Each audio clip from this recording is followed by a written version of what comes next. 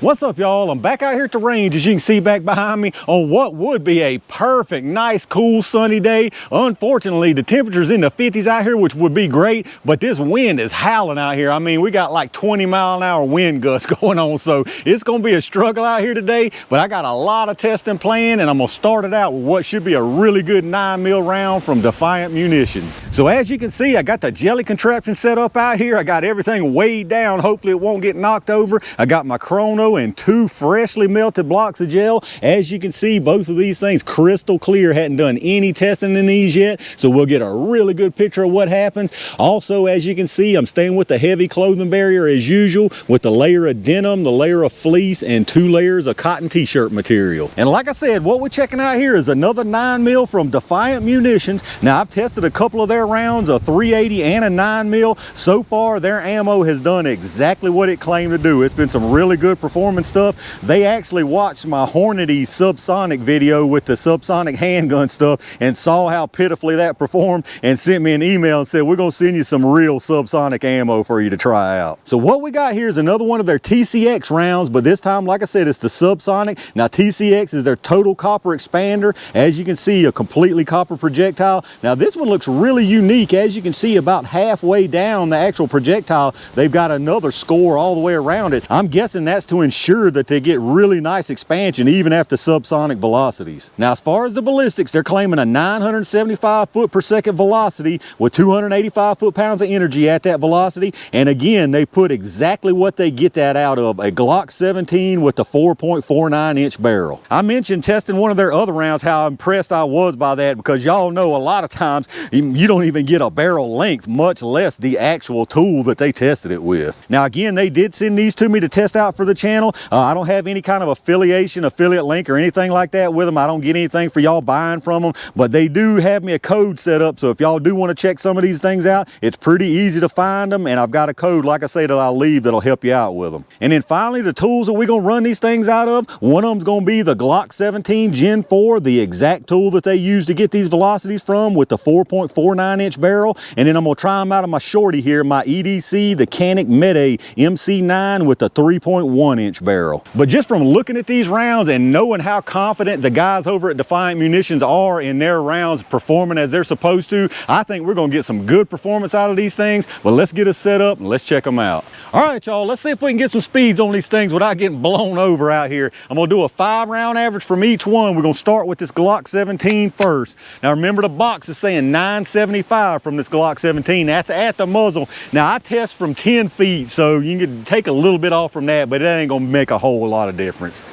Let's see what we get here. Got 928, 942, 932,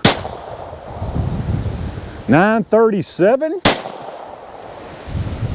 and 923, so not quite what the box said. Again, I'm a little bit back, atmospheric conditions, so on and so forth. Y'all know the drill there. What I can say is these things are definitely quiet. I can tell even with the ear plugs in. Let's go down there and check the average out. All right, so our 5-round average that time was 932 feet per second. Like I say, the box is saying 975, so that's what, 43 feet per second off from that. I mean, 43 feet per second, do you give them that because of atmospheric conditions, a little distance back? Y'all be the judge on that. That's pretty close, and that's definitely subsonic, so if it can get some good expansion and penetration at those speeds, that's a pretty good round. But let me get it reset and let's see what the MC9 does. All right, let's see what we get from the 3-inch, y'all. 5 rounds from it also.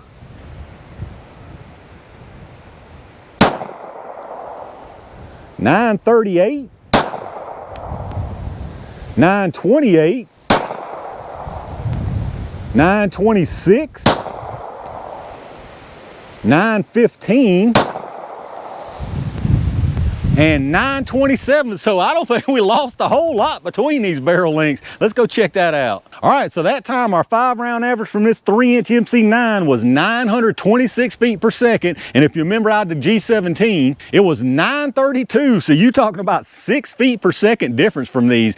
Basically no kind of difference in velocity between these two barrel lengths. I think that's pretty cool, actually. So if we get good performance out of that G17, we're pretty much guaranteed to get it out of this MC9 also. But let me get this reset and y'all know what time it is. All right, y'all, it's quiet on the set jelly time. We'll put one round from each barrel into the gel, starting with this Glock 17 first. I expect good performance out of both of these, like I already said. I think they're designed right because, like I said, those guys at Defiant are very confident in their stuff. Let's see what we can do with them, y'all. All right, that should have been a good one right there. Let's go check it out.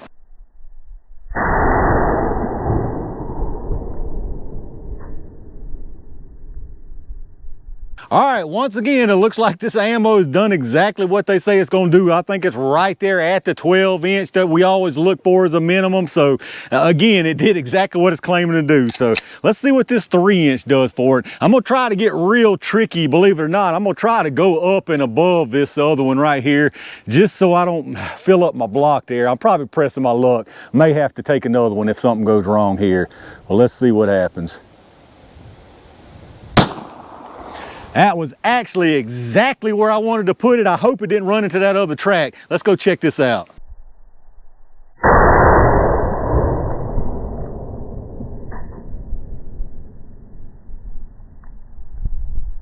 All right, y'all, let's take a look at what we got down here. Just about what I figured we would get. Very, very nice expansion on these things. As far as the disruption in the wound channel, you can tell as soon as they came in there, they started expanding very, very nicely. Really nice amount of disruption. Got that spiraling action going on with them because of those nice opened up pedals. Now, the one here on the bottom, that's the one out of the G17. Looks like it's gone right at about 12 inches with some very, very nice expansion. I didn't have any doubt these things were going to get some fantastic expansion. Y'all know me though, as far as the penetration, I'd personally like to see a little bit more than that, but it looks like it is at that 12-inch minimum, so it did exactly what it was supposed to do. Now on the top there with the MC9, pretty much the same story coming in here. Immediate expansion, no doubt about it. Very nice disruption. It looks almost identical. The disruption here looks almost identical. The only difference here is it stopped a little bit shorter. It still got fantastic expansion on them, but it did stop, looks like maybe 1.5 inches, 2 inches shorter. Now again, they didn't claim good performance from this. They didn't claim the minimum. They claimed it on that G17, so at least they do tell you up front what you can expect that performance from. Now as far as our penetration, the one on the G17, it's actually about 12 1/8, so it just did hit that minimum. I think the 380 did exactly the same thing. It was right at 12, so 12 1/8, we'll call it 12 on that one. And then the one out of the MC9 is exactly here at 10, just barely over 10 inches on that one. So didn't meet the 12-inch minimum on that, but I know some people are still going to be fine with that. Here's your closer look from the other side. Again, on the bottom, the G17, top, the MC9. As you can see, like I said, fantastic disruption there. Very, very nice expansion. You can see there, again, the bottom, that's the G17, the top, the MC9. Really, really nice expansion on both of those copper rounds. All right, y'all, let's check out these projectiles. So right here on the right, this is the MC9. This right here is the G17. You really can't tell any difference between these. Both of them got absolutely fantastic expansion, beautifully expanded rounds here. Now, if you look very close, you might can see this one out of the G17 bent back just a little bit, tiny bit further, but I don't know. I may just be looking for a slight difference there. You might can tell something, but I think in the measurements, they're pretty much going to be exactly the same. Well, like I said, out of both of them, fantastic expansion for sure. So let's get some measurements and see what we got going there. As far as the weight, they both were 135. This one here out of the G17 is exactly 135.2. This one here out of the MC9 is 135.0, so exactly what they're supposed to be weight wise. Obviously no kind of loss. And then as far as expansion, we'll start with the G17 here first. You got 763, 770, and 768, so absolutely fantastic expansion on that one from the G17. And then this one from the MC9, you got 763, 766, and 776, so nearly exactly the same size size as far as expansion right there. Absolutely fantastic again from both of these. So there you have it for the 9mm TCX Subsonic from Defiant Munitions. Again, like I said, their stuff so far has done exactly what they say it was going to do. I mean, exactly, from the exact tools that they said they tested it out of, to the penetration they said you'll get, to the expansion that they said you'll get. Everything that they claim about all the ammo I've tested from them so far is absolutely exactly what they say. Now, that being said, again, y'all know me, I want a bunch of penetration, so I would want a little more penetration in this, but I'm not one that runs cans, so you know, I don't really know what to expect if you're running a can from Subsonic stuff, because I really don't run a whole lot of Subsonic stuff. So those y'all out there running a can or that just run Subsonic rounds for whatever the reason, what do you think about the performance from these as far as the penetration and the expansion on them? All right, y'all, I'm gonna wrap it up right there with this first test of the day of the Defiant Munitions Subsonic 9mm. Like I said before, all the ammo that those guys have sent me so far to test has done exactly what they said it would do, and this Subsonic 9mm is no exception. Like I said, I'm not a big Subsonic kind of guy. I don't run cans, so